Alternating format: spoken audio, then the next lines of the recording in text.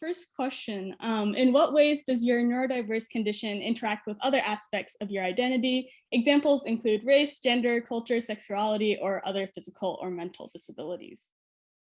So for me, holding an identity as someone who's neurodivergent has really been an evolution.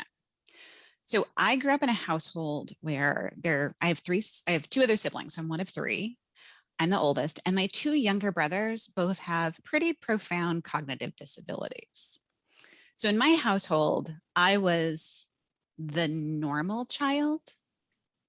So, however, I mean, definitely I'm not neurotypical. My parents were not neurotypical. So, in that system, I appeared pretty normal. And then throughout my entire academic career, I really struggled. And I was a smart person, but I always felt really incompetent. I felt stupid. And I identified as someone who wasn't good at school because it was just really, really hard. And I never actually got a diagnosis until I was in my late 30s. It was because I had a child who had, non-neurotypical symptoms. And after getting him diagnosed, I had the realization of, oh my goodness, like these are me. And I also think that going through the process with my daughter, I'm understanding that a lot of the diagnostic characteristics are really centered in the experience of men and boys. So you kind of have to find a provider who understands what that looks like in girls, and then also have people in their lives that understand, those idiosyncrasies. They're not just quirks. That's a part of who she is. And that's actually one of the phenomenal gifts that we have, because I think a lot of people think about neurodivergence as being different and therefore lesser, but they don't realize that we actually have these cognitive skills that are really hard for non-neurotypical people. And those really are gifts. So it's been an evolution. And man, it's kind of fraught for individuals that are working in careers that are academic in nature or rely on cognitive ability. My first career was actually in veterinary medicine. I was a licensed vet tech for 15 years. And so all of my supervisors knew that I was dyslexic, which is true. But what that meant was that my drug calculations were always questioned. My peers would make mistakes. They were never necessarily held accountable to the same level that I was. I had to do all this additional work to prove my worthiness and trustworthiness. And that really kind of weighs on you, the knowledge that you're being supervised, you're being monitored where peers are not. And those things are really hard. Just kind of processing the stress of constantly being observed puts a person in a condition where they're more likely to make mistakes. So, I mean, thankfully, I've developed some kind of tools and coping mechanisms, but those are all things I kind of had to arrive on my own. They weren't things that were ever supported. I think that there's many structures of the way that schools are designed that are based in meritocracy. So the idea that those who work hard will get good grades, and if you get good grades, you'll succeed. The problem that I experienced is that I would put in far more hours, far more work, and I would perform poorer relative to my peers on exams. However, in real world situations, I still retain a deeper level of comprehension than peers that I went through college with. So, I mean, this to me is evidence that we have a system that either only does a good job of evaluating neurotypical people, or it doesn't actually do a good job of evaluating student knowledge. And there actually was a really great study done, and I think this was out of 2019. They evaluated a ton of STEM professors. They sent them a survey, not telling them what the survey was, and it was a survey for where that instructor scored on the mindset scheme. And they found, after looking at those instructors' grades, instructors who held themselves a fixed mindset. So someone who has the idea that you have innate ability and either you're good at something or not, someone who believes that maybe academic or intellectual growth isn't likely, those folks are most likely to utilize grading schemes that promote and widen achievement gaps.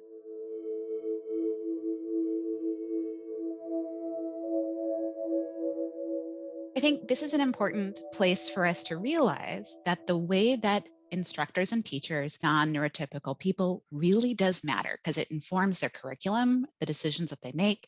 And so I myself am engaged, I'm working on my master's in educational leadership. And there's a bunch of research that really does tell us that how students think the instructor thinks of them. So it's kind of meta, how my students think I think of them.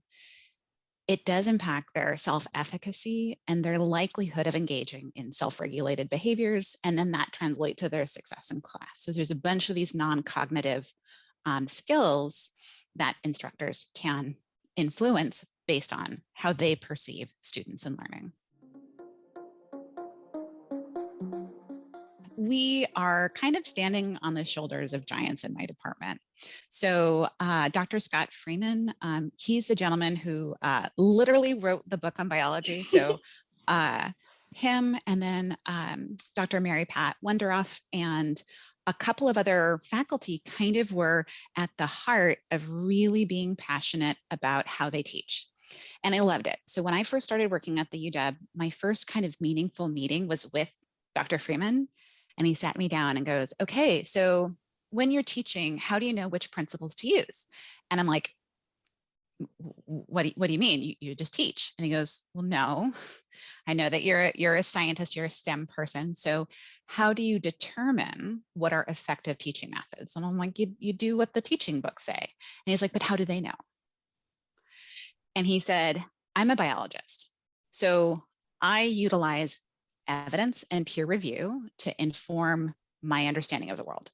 Why would I do anything different in how I teach? Why am I using what feels good when I should be using what the evidence tells me is helpful for my students? And so those individuals in our department have really had a lot of influence. And the more that we start talking about these type of issues, the more that people, I think, are open and transparent when they hold these kind of marginalized identities, it helps for professors to form relationships with people, and they can see how much value there is in these diversities, both hidden and visual. And I think that that's kind of been part of the evolution of our department. So way predating me. But we also have a bunch of other professors that I have not mentioned who have done really hard work with forming our we have a diversity, equity, and inclusion committee that's very strongly attended. Almost our whole department has membership in that group. For example, if we're hiring new faculty, they're all reviewed by our diversity, equity, and inclusion committee. We ask all new hires what their opinions are pertaining to the intersection of their job and our mission statement for diversity, equity, and inclusion. And one of the things that I love to remind people is that, the disabled community is an identity that oftentimes is not well represented under that umbrella, but they definitely deserve representation when we're talking about diversity, equity, and inclusion.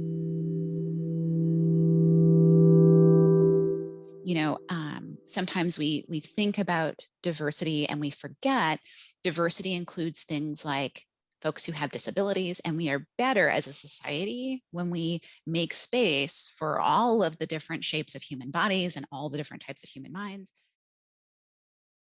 It is a privilege to have enough time to think about course content and apply it to political or everyday usage. So when I was a college student, I worked full-time through college. So I didn't have time to think deeply about what I was learning. And I definitely would see peers like hanging out in, bars or coffee shops and like talking about their content in really deep and exciting ways. And that's not a privilege everyone gets to do. So by assigning class assignments where students can think about how identity intersects with science, that kind of equalizes the playing field. So everyone has that opportunity to kind of make those connections because they might not otherwise. It's an assumption that everyone can do those things or has time for those things. So I ended up creating a an actual lab. So when we were remote the last couple of years, one of the activities that we did is we had students given the opportunity to explore genetic diversity in 3 different ways. And we really wanted for them to investigate the intersection between society, biology, and lived experience. So we have them kind of look at the molecular biology, but then they have some opportunities to think about the lived experience. So individuals who have sickle cell disease, they routinely have chronic absences due to pain when they're not well managed. And when a person misses out on work, they're losing wealth in that they're not able to contribute to the retirement funds for those times. Inattendance is something that puts students at risk of not graduating high school. There's a lot of really interesting ways that people don't think about that those conditions impact. So we had a really cool opportunity to guide students through that. And so that was something I was really proud of, that we had the opportunity of kind of scientifically examining both the mechanisms, but also more importantly, the lived experience. What would an ideal school or work environment look like for you as a neurodivergent person? I guess I should preface by saying that a lot of what I do in the class is pertaining to course policies. And course policies are a wonderful venue for oppressive systems. It is definitely a tool to gatekeep people from entry, and you can utilize policies under the guise of rigor. And really what you're doing is you're just keeping people out. So I try really hard to be mindful of the policies that we use and who those policies are harming. We have research that doing daily intentional practice, a little bit of work every single day, really specifically helps underrepresented students and women. Great, so we're going to do that. So all students must take a reading quiz. The reading quiz is opened after lecture, but you have to turn it in before 6 a.m. on the next day. So if you're someone who has a job, if you're someone who has family obligations, if you're someone who has a busy day, like, you are not able to access your learning because you might not be able to engage at that schedule. One of the evidence-based practices that my class uses a lot is called a POGL. We show students something that's really, really hard, like a graph, a diagram, something that they shouldn't be able to do yet. And we provide them really step-by-step questions and how to unpack it. And students build their own learning and they do great, right? The problem is it's a little harder than we expect students to do on their own. And so we are expecting that students will work with peers, and we are expecting that students will have the skill to ask for help when they need it. The problem is that because it requires peer-to-peer learning, you are automatically making it inaccessible for students who have disabilities pertaining to hearing or speech, because they have to talk with their peer in a class with 400 to 800 other students, and so they may not be able to hear. Some individuals have social anxiety and they do not feel comfortable admitting when they don't know something, or taking academic risks with someone they don't know well. In pandemic times, people may not be safe even being in the lecture room. And so because these researchers are doing research on a topic and they're assuming that because on average students do better, we just don't have evidence that that benefit holds true for some of our students who need the most support or would benefit the most from that support. The diagnosis is a construct. It's something that people have come up with. It's imperfect. The name and the diagnosis doesn't seem to be as important as the area of needs. So for example, my son didn't need to have a specific diagnosis in order to have an IEP. They were able to evaluate that there was a discrepancy between his cognitive ability and how he was performing. So that was the rubric. It's really a privilege to have a formal diagnosis. In order to get accommodations through the university, you must first have a medical diagnosis. The type of people who get medical diagnoses are the type of people who have high quality insurance or have familial support to get treatment. There are still many people who view cognitive differences as an excuse of why they're not trying, or they don't value that that's an actual thing that should be like investigated. And I said, there are also conditions or like just situations that our school doesn't accommodate, but we should. We should accommodate people who are English language learners, but we don't. They don't get any additional time. They don't get any additional support. We just expect they know the language. And, that's not a binary. It's not a yes, no. It's a skill that they build. So if they had the same accommodations as someone with a disability, they would really benefit.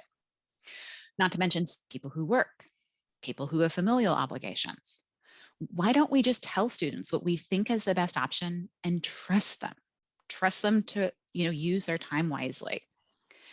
And so that's what we ended up doing. We applied the accommodation that students with DRS accommodations had to everybody. And all of a sudden, everyone is getting better access to their education. Everyone's able to make a choice about when they want to do their studying. We trust them to be responsible students, and the vast majority of students are. And I think those type of changes get us a little bit closer to a universal access design where everyone can access their education. And those are the type of changes that we're hoping to kind of continue to include. But just being present with the student and saying, I see you, I see your value, I see your struggle, you will be okay. I think that those are really powerful ways that having people with non-neurotypical identities as part of the course structure, it's really important. I mean, there's lots of research that says that Black and Brown children need to see Black and Brown excellence every day. We need to see non-neurotypical excellence every day. We need to see non-binary excellence every day. We need to see GBLT excellence every day. And, I definitely understand people's reasons for not being more transparent with those identities, but the more that we're able to kind of share who we are, the more students see themselves and they're able to envision their own success stories through the models in their community.